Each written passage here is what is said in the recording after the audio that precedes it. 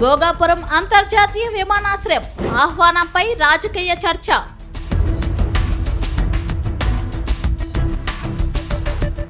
ఆహ్వాన పత్రంలో స్థానిక నేతల పేర్లు గైర్హాజరు.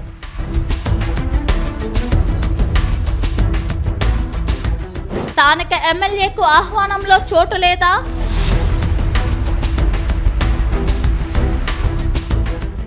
విశాఖ ఎంపీ పేరు లేకపోవడంపై చర్చ.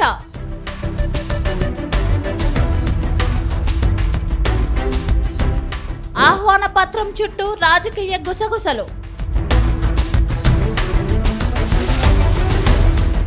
భోగాపురంలో నిర్మితమైన అల్లూరి సీతారామరాజు అంతర్జాతీయ విమానాశ్రయం ప్రారంభోత్సవానికి సంబంధించిన అధికారిక ఆహ్వాన పత్రం ఇప్పుడు రాజకీయ, సామాజిక వర్గాల్లో చర్చనీయాంశంగా మారింది.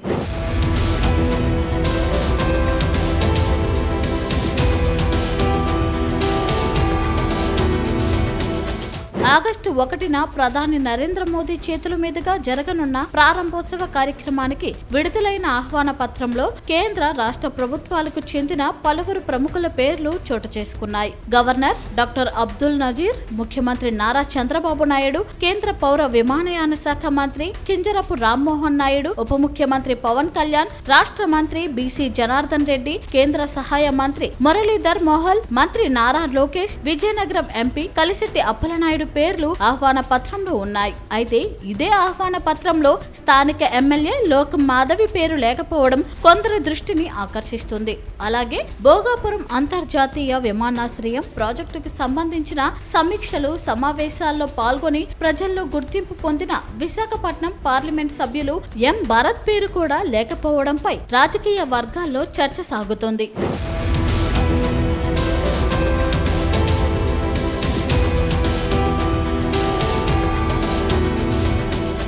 ఈ విమానాశ్రయ ప్రాజెక్టుకు సంబంధించిన వివిధ అంశాలపై ప్రజావేదికల్లో స్పందించిన నాయకులకు ఆహ్వాన పత్రంలో స్థానం ఎందుకు లభించలేదనే ప్రశ్నలు కొందరు స్థానికులు, రాజకీయ పరిశీలకుల మధ్య వినిపిస్తున్నాయి. అయితే ఆహ్వాన పత్రంలో పేర్లు చేర్చేందుకు అనుసరించిన ప్రమాణాలపై అధికారికంగా ఎలాంటి వివరణ వెలువడలేదు.